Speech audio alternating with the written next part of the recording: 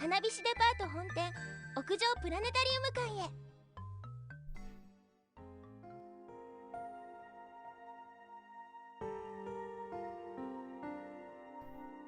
Hi, I'm Ashmanix, previously Ashman. Decided on a name change because Ashman was far too common on YouTube, and so I thought I'd add an IX and make my channel name a little bit more unique. I thought it'd be a cool idea to play Planetarian. This is a visual novel. I don't know when it came out, it was ages ago, but I played it a couple of years ago. I got it on Steam, well, the non-HD edition, and I quite liked it. It seems to appear quite a bit on like top lists for VNs, so, which is how I kind of found out about it in the first place. I thought that I would try out the HD edition, which I got with the non-HD edition from Steam. Unfortunately, straight from Steam, the HD edition only comes in like French, Chinese, I think German or something. It's not in English, so I had to download a patch. There's a comment on the Steam page that kind of links to a kind of dodgy website that allows you to download a patch that can patch in the English subtitles. So do with that as you please. I did scan that file a good few times before running it, and I don't think it's introduced any viruses to my game, hopefully. I'm thinking I'm just going to do a little kind of intro to the game, maybe play it for about 20-25 minutes. The game itself doesn't last too long, it's about 4.5 to about 5 hours, so not a very long game, but the story is really good, and there's no actual options either in the game. It's just kind of a straight story, like linear. There's no real no branches at all, so if you're kind of not into that, then maybe this is not your thing. But if you're just kind of wanting a really nice story, kind of a sad story as well, then this will be right up your alley. Let's give this a go, shall we?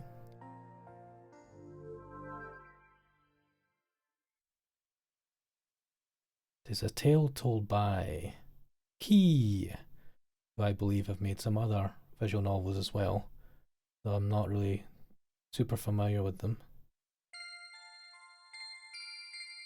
Why don't you come to the Planetarian? A beautiful tinkling of eternity that will never fade, no matter what.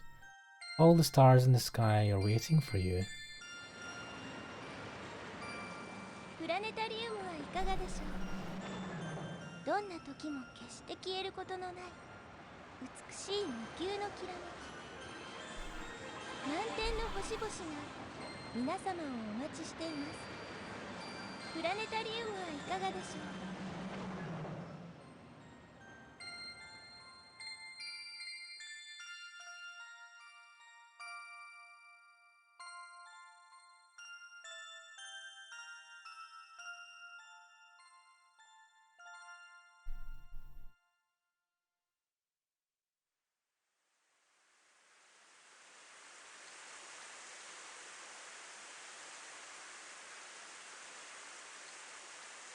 About 10,000 days later.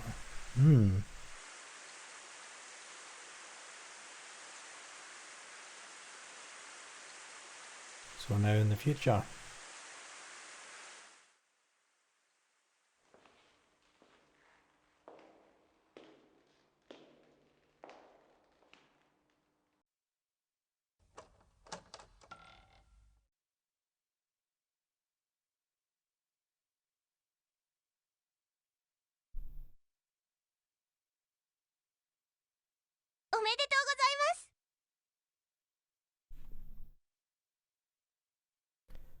Both my eyes were shot through with light. I tore the night vision goggles off my face before they burned out my retinas. For several seconds I wasn't able to do anything at all. However, the sound that assailed me next was neither the crack of machine gun fire, nor was it the hiss of nerve gas. あなたはちょうど250万人目のお客様です。 No, it was a young woman's voice, clear and sweet, completely out of place in the midst of the god-forsaken rubble. Since it was reverberating off the high ceiling, it was difficult to ascertain its point of origin. I pointed my grenade launcher forward, alarmed. Even though I let the tension in my trigger finger drain away, I kept the weapon pointing straight ahead. After all, sometimes intimidation alone was enough. However, if that other person was trying to kill me... The owner of that voice immediately fell silent. When...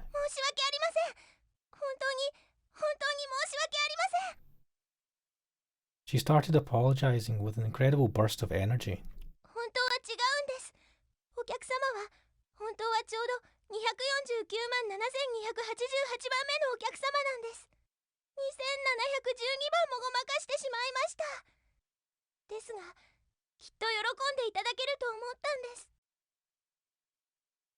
I really had no idea what she was talking about. Waves of bewilderment swirled through my head. Why was there a human being in a place like this? And why a young woman at that? Was this a trap laid by another junker? But if that was the case, why was I still alive? On top of that, why was this girl not quitting or chattering?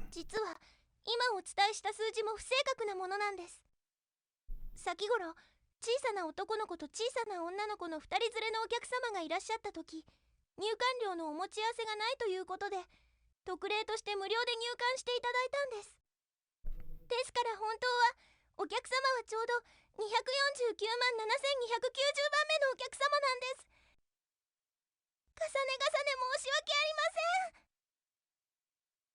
The figure of a person began to appear out of the light as the persistent afterimages oozed away.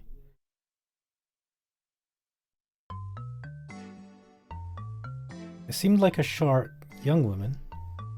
I took a close look at her as I continued to cautiously point the barrel of my gun towards her. She looked to be maybe 15 or 16 years old. Long, lightly coloured hair divided on both sides into ponytails. Strange earrings that almost totally concealed her ears. A hat sitting lightly on her head. Hair ornaments as wide as cargo bands. A short skirt that ended just above her knees. She was holding something in her arms too. I couldn't imagine that it was a weapon, but its use as anything else was a complete mystery to me. This was simply an impossible scene. Her posture was more rigid and upright than even that of a toy soldier. お客様? The ceaseless chatter came to an end at last. She cocked her head slightly. There was a buzzing sound almost like that of a leaf beetle in flight along with her movement. Her long, unruly hair that was parted down the centre suddenly billowed out even in a total absence of a breeze. It was almost as if her body was suspended in a sea of weightless silk threads. And at last, I understood. I understood what a defenceless little girl was doing in these inhabited ruins. This being, who stood smiling like a fool before a man pointing a 40mm high explosive grenade launcher at her, was a robot. She responded in delight.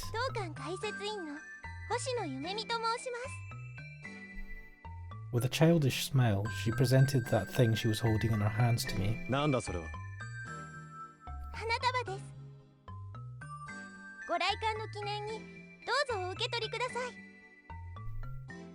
I looked at it once again.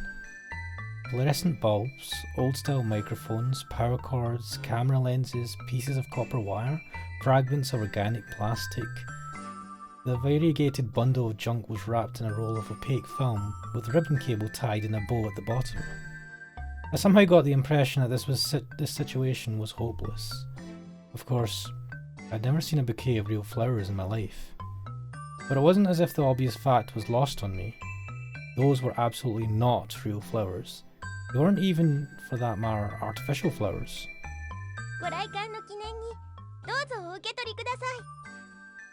She repeated those same words over again. Her smile seemed to carry no malice whatsoever. As a result, I accepted her so-called bouquet. After I confirmed that there were no explosives or unusual artifacts in it, I threw it onto the floor.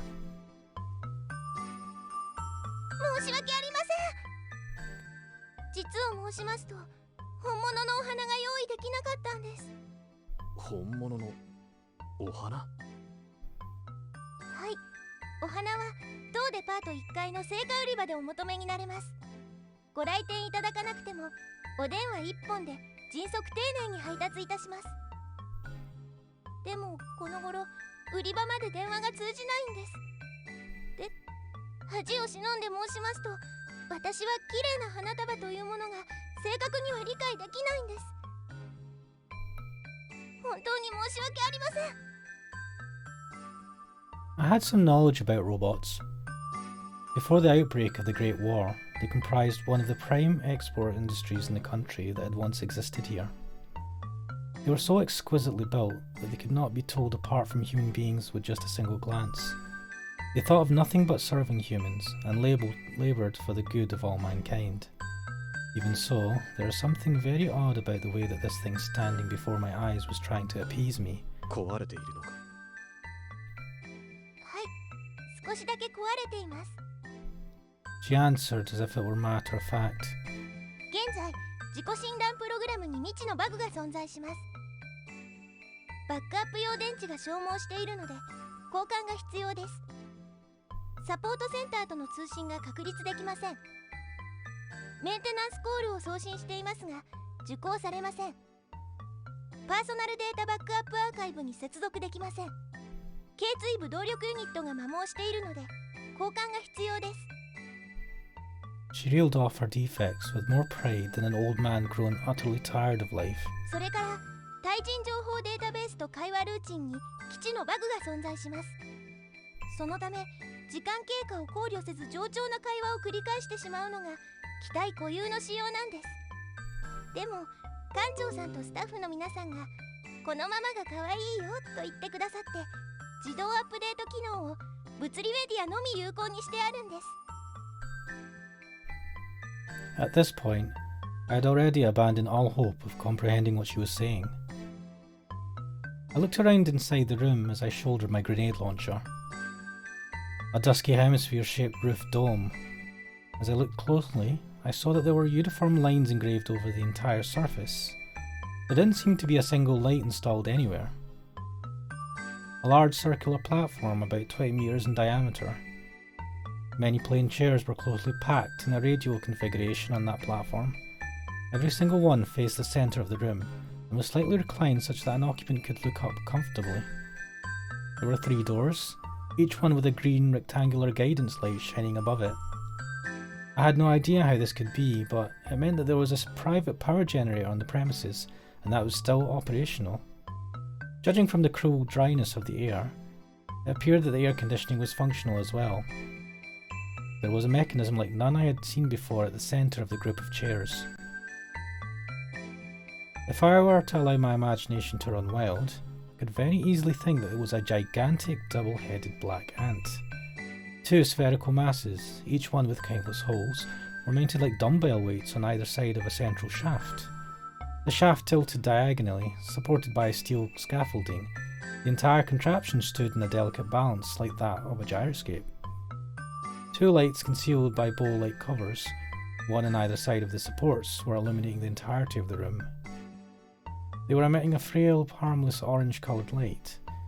Well, harmless only when it was not suddenly being shone into the eyes of someone wearing night vision goggles. The top of the ant's head came to about twice the height of a man. Had all the chairs been populated with people, it would seem almost as if those people were worshipping the ant. I had only seen something like this once before in my life. It was in a place far colder than this, in a village that a few survivors of the final massacre had established just inside the perimeter of the third line. The inhabitants of that village had fashioned a strange cylindrical idol out of the wreckage of battle mechs and placed it in a church with a shattered roof. They named it after a summer flower that had disappeared from this earth long, long ago. They danced in circles around that idol, praying to it in words I could not understand. They truly believed that if they did so, they could get the rain to stop falling. お客様、改めてよろしいですか? I came to as soon as I heard her voice. She continued to be totally unconcerned about the fact that a grenade launcher had just been levelled at her. お客様はちょうど29年と81日ぶりのお客様です。ようこそ花火師デパート本店屋上プラネタリウム館へ。She bowed deeply as she said this.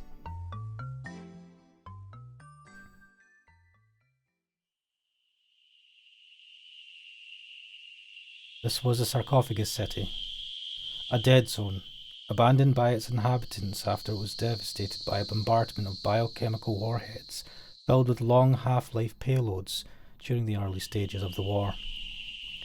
It was said that the direct causes of the war were global overpopulation and the failure of the space colonization project, combined with the total depletion of natural resources. Not that it mattered any longer. The Earth overflowed with foolish and selfish human beings back then, and the biggest fools among them pressed the buttons that caused the orbital satellites to fire their germ bomb warheads. Their intent was probably to lie in wait until the bombardment was over, and then to quietly seize control of everything afterwards. However, not a single person came back to re-inhabit these cities. All the inhabitants of the towns surrounding the germ-bombed cities had been vaporized in thermonuclear warhead strikes. 1 year after the outbreak of the war, Earth's human population had been cut in half. That number was halved again by the end of the second year, and halved again and again every following year. After the 10th year had passed, the countries that had begun the war no longer existed. But even then, the war did not end. People worked so hard to slaughter each other that even when there was no humans left to fight, they continued to airdrop autonomous battle mechs, collectively known as warmongers, in order to continue the bloodshed. Because the point of the war was no longer the conquest of land, it had become nothing other than the internecine creed of revenge and massacre. The world had become empty indeed, and people who had the leisure to do such things as count the population vanished from the face of the earth. The purpose of life became merely to live, and so man began to produce nothing other than man. That situation dragged on for 20 long years. It was then when the rain began to fall. The rain continued to fall without regard for day or night, snatching away even the sunlight from this world and obliterating the seasons. It poisoned the soil and the water, withered the plants, cracked concrete and turned steel into rusty garbage. Even the act of man giving birth to man would now come to naught, or so it seemed. There was nothing left in this world but dirt immersed in poison and unspeakable ruin. For a junker like me, a sarcophagus city was a mountain of treasure. Now, 30 years after the outbreak of the war, the artificial bacteria, for which vaccines were never developed, had all but died off. Even the vast sarcophagus dome that once enveloped the entirety of the city had been eroded away by the rain. However, the fact that people continued to avoid this area hadn't changed. When the inhabitants were ordered to evacuate, they left behind all their possessions and equipment, all the way down to their pins and needles. Thus, one could find MREs, various medicines, fuel, batteries, precision tools, weapons and ammunition, and all sorts of arcane devices in a more or less preserved state that can no longer be obtained these days in the unused air raid shelters and the destroyed military installations. And when one was very lucky indeed, one could find cases of pre-war distilled liquor and cigarettes. However, if you let your guard down for even a second, you'd quickly pay for trespassing many times over. This was guaranteed by the warmonger patrols, autonomous hedgehog hunter-killer tanks, and light anti-personnel Menschenjäger drones, all of them still in extermination mode, as well as the proximity mines that could be triggered even by opening doors. Not to mention the unstable floors and scaffolding that could crumble just by stepping on them, the uncharacterizable fevers that seemed to arise from an infection with mutant bacteria, the hordes of hungry rats, and other junkers who might be better armed. The list went on and on.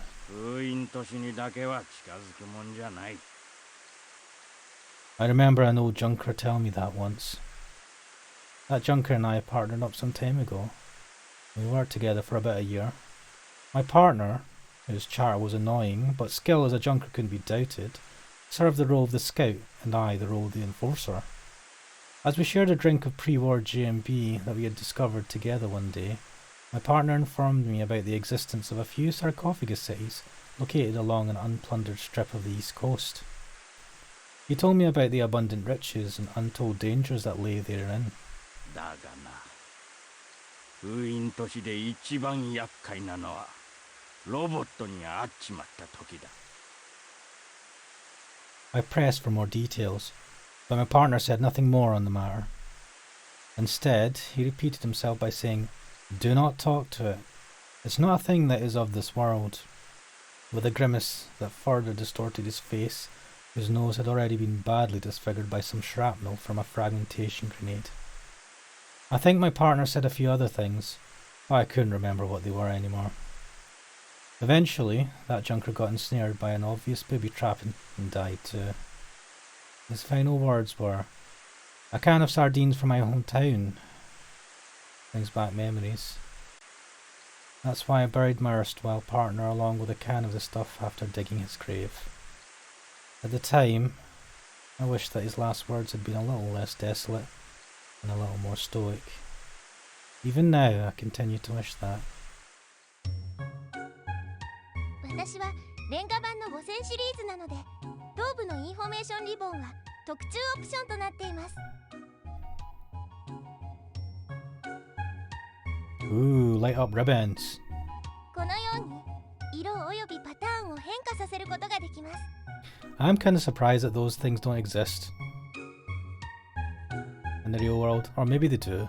I feel like that would sell quite well. 私の勤続10年を記念して、館長さんとスタッフの皆さんからお送りいただいたものです。The most irritating thing in this entire sarcophagus city showed off her functions to me with exhaustive courtesy. 標準オプションとしましては、カード印刷機能とホログラフィック録画再生機能がイヤレシーバーに搭載されています。This was nothing more or less than a bad joke. カード印刷機能では、当館のプログラムと今月の天文現象案内、当デパートの催事案内、それに周辺地図、各種割引券などをご用意できます。She produced a card from the slot in her left ear, like it was a magic trick. どうぞ、当館のプログラムです。I took the proffered card, opened it, and took a glance. It was an antique, made of ink and paper from 30 years ago. The small letters were so severely blurred that I could barely read them, and even then the right margins were completely illegible. At the Flower Crest Rooftop Planetarian this month, Planetarian Project, the Autumn Stars and Cons special feature, the Reverie of Mankind Spreading. Note, we are expecting our 2,500,000th customer to... 無料ですので、遠慮なくお受け取りください。Decided to ignore her instead. Smiling the entire time, she cheerfully looked on as my fingers crumpled the card into a wad. では次に、ホログラフィック録画再生機能をお見せします。お客様、当館にお越しになった記念に、ぜひ一言どうぞ。I let out a sigh as I was confronted by this unending monologue. I had lost my gloves, so my skin had been exposed to the open air for several days. My hands up to my wrists ached as if they had been pierced by needles, no thanks to the fact that I had been out in the rain for so long. There was a single cigarette left in the waterproof case in my breast pocket. It was the last of the pack I had bartered 24 cluster fuel cells for at a trading post half a year ago. As soon as I took out the case, I was struck by a terrible feeling. The front glass was undone and rusty brown drops of water were leaking out. I involuntarily buried my head in my hands. And just like that, I looked up at the ceiling. Today's work had been a complete waste from the very outset. First, I fought with 3 other junkers over the night to use the only safe way into this god-forsaken place. Although I somehow managed to win, I used up half my already meagre supply of ammunition doing so. Then, after breaking through the quarantine wall, I ran into an entire platoon of Mission Jaegers. Thanks to them, I ended up creeping, twisting and turning inside a maze of rubble and mud for half a day. By the time I'd caused 3 of them to run aground and incapacitated the 4th, I had no more ammunition for my PDW, only 3 cartridges left for my grenade launcher, and I'd totally lost my case of rations. As I surveyed the state of the city, my disappointment soared. The stores and the air raid shelters along the quarantine wall had already been broken into, and there was nothing of value to be found in those places any longer. I should have been looking to escape right around that point, but instead I proceeded deeper in. Beyond the grey curtain of rain, an old and somehow familiar looking skyscraper stood erect against the wind like some sort of magical tower. Using that building as a landmark, I penetrated into the very heart of the city. I still had some obstinacy in me and some impatience as well, but things like that were not what drove me forward. I was probably just sick and tired of everything. Of these miniature garden-like ruins with no one in them, of the rain that had never stopped falling, of this ashen world that had been stripped of its natural order by the machinations of mankind. お客様？お客様？ I raised my head, only to find her childlike face at point-blank range. She cocked her head uneasily, probably wondering why I hadn't replied to her yet. もしかしてお体の具合がよろしくないのでしょうか？お命に関わるような容体なのでしょうか？私単体では対処できない事態です。とても困りました。 She said these things without a trace of world-weary cynicism or sentimentality. お客様、当デパートの医務室に連絡を取ってもよろしいでしょうか？お客様？お客様？お客様？黙れ、俺は客じゃないし病気でもない。 The angry words that I shouted were awe-inspiringly ridiculous as they echoed off the ceiling. そうですか。お元気そうで何よりです。 Yeah, if you're healthy, then that's the most important thing. I think I'm gonna leave it there. Hopefully this was a nice intro to Planetarian. Maybe this has got you interested in playing the game. It's definitely worth giving it a playthrough. You can get it on Steam just now. I think it's under £10 or something. But yeah, I mean, I might carry this on. I don't know. See if I can get Cooksoul roped into this or not, but if not, then so be it. Thanks for listening, and hopefully you'll hear from me again soon. Bye!